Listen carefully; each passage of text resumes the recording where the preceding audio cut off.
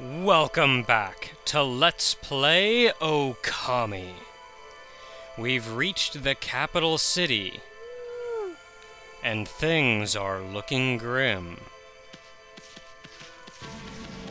Even many of the residents can't seem to gather the strength to stand upright. Though this guard looks pepper enough, though that's a cursed zone behind him.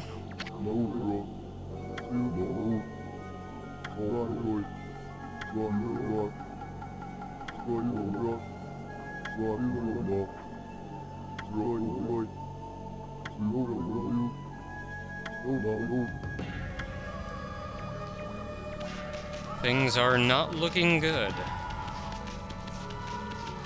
Now, as we roam about and explore, hey, it's me.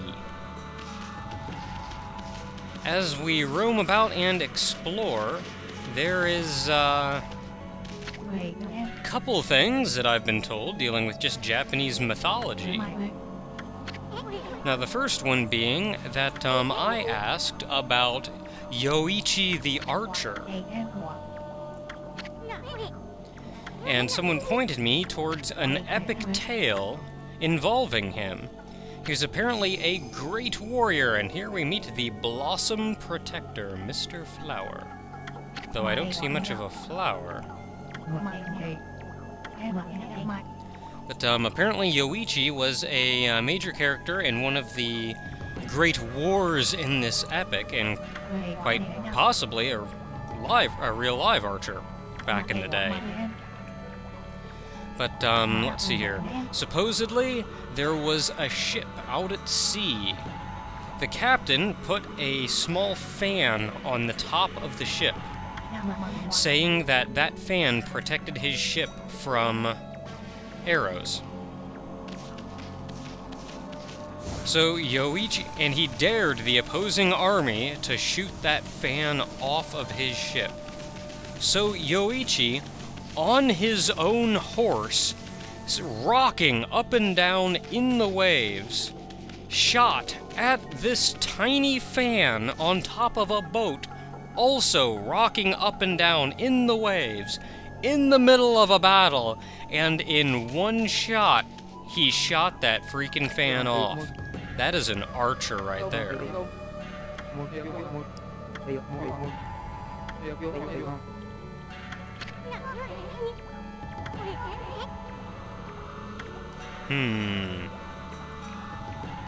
Let's see here, what else was mentioned? You're a shopkeeper, aren't you? You're a weapon dealer!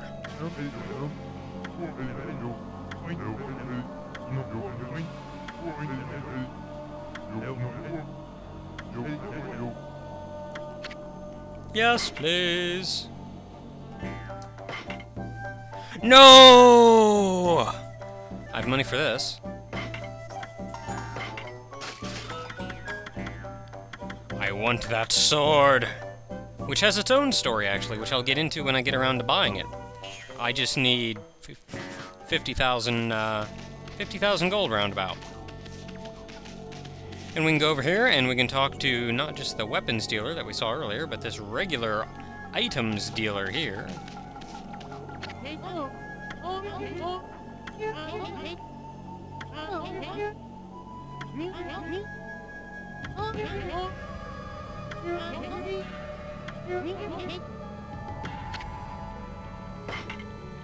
Doody-doo, what do you have to sell? He sells fishing rods and medicine and a lot of other things that I'm not all that concerned about. And here's a spot I can dig up.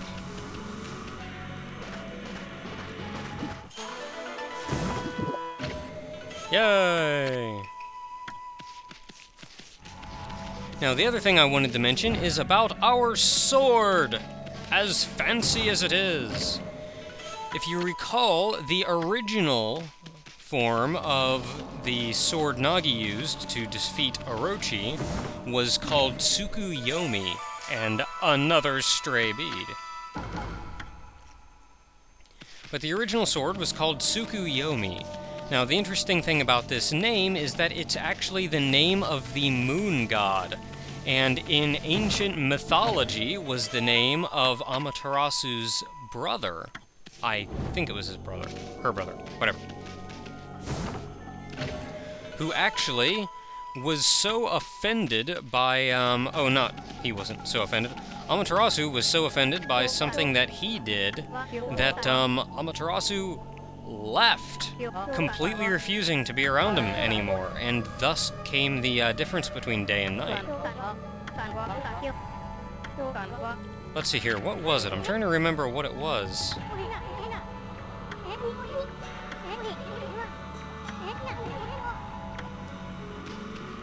Yeah, the whole city's covered with this evil mist. There's got to be some way we can get rid of it. We'll find that as we investigate further into the city, though. Now, what it was that Amaterasu's brother did to offend her so was kill a person. Killed another god. I forget the other god's exact relationship to Amaterasu. I'm not going to worry about it too much. But was someone rather important to Amaterasu who disgusted Tsukuyomi. It's Tsukuyomi, right? Tsukuyomi, yes. Who disgusted Tsukuyomi with the way he and or she prepared a meal. As such, he killed her. Amaterasu got ticked off, refused to be around him anymore. So yeah, there's that tale.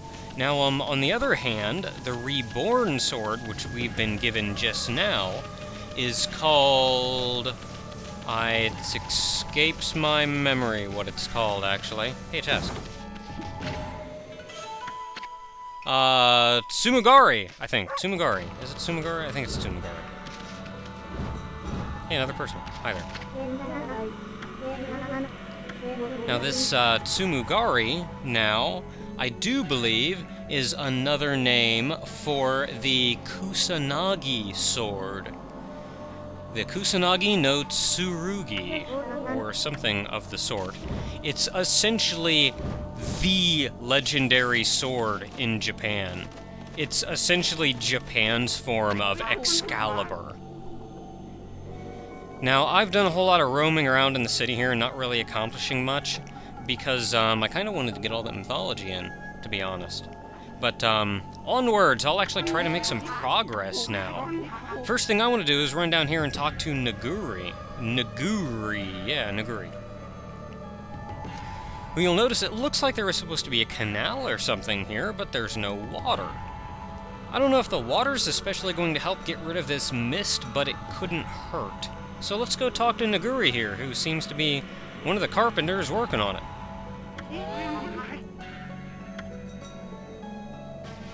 Okay, so it is the water dragon then that plugged it up.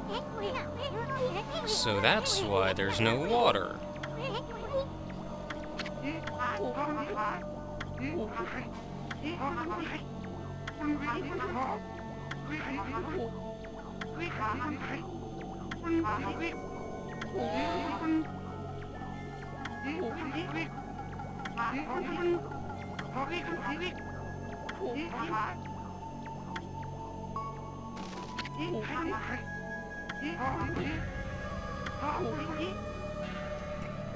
Okay, so I guess our next goal will be to remove the plug. That way we can get more water coming in here.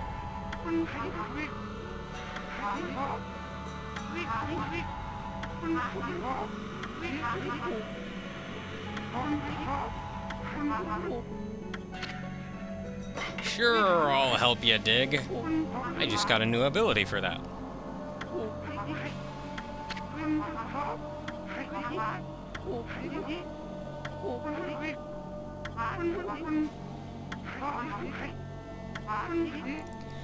As you may have guessed by this, it's essentially the same mini-game that we played with Mr. Bamboo. I know this mini-game shows up at least 3 times in this game. And so we dig! Let's dig here.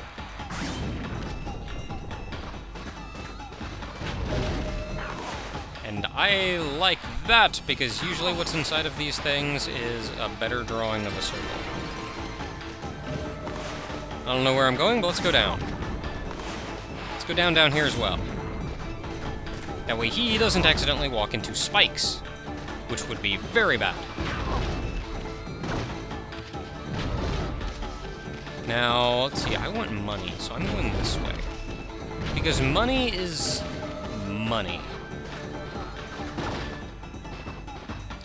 More digging straight down. This is actually a fairly respectably large area, if memory serves. Now, you may think we're trapped, and that we have nowhere to go, and this is where wind comes into play.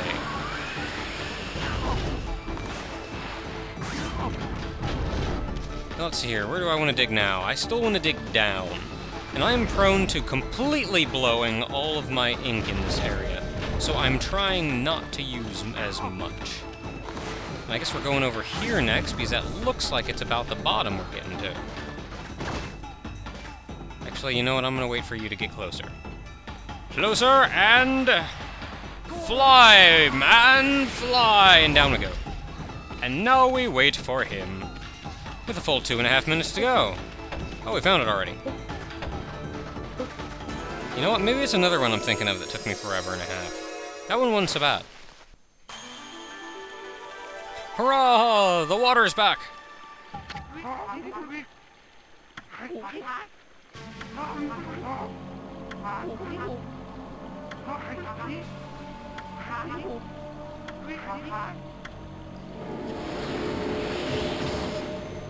And if you can even read that in the quality of this recording, I've got a good amount of praise now. 552. That I can use on things like more ink. Because I totally need more ink, and I'm actually almost to the maximum upgrade for ink.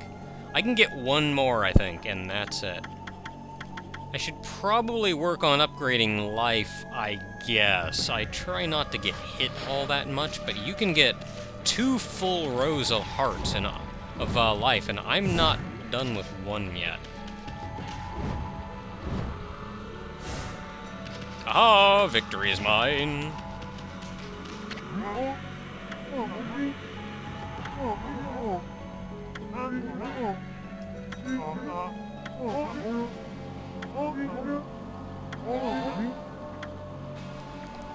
So is Queen Himiko?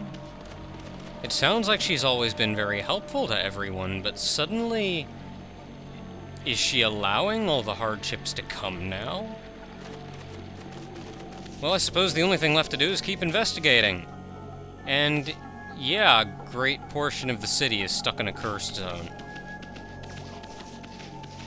Onwards, though!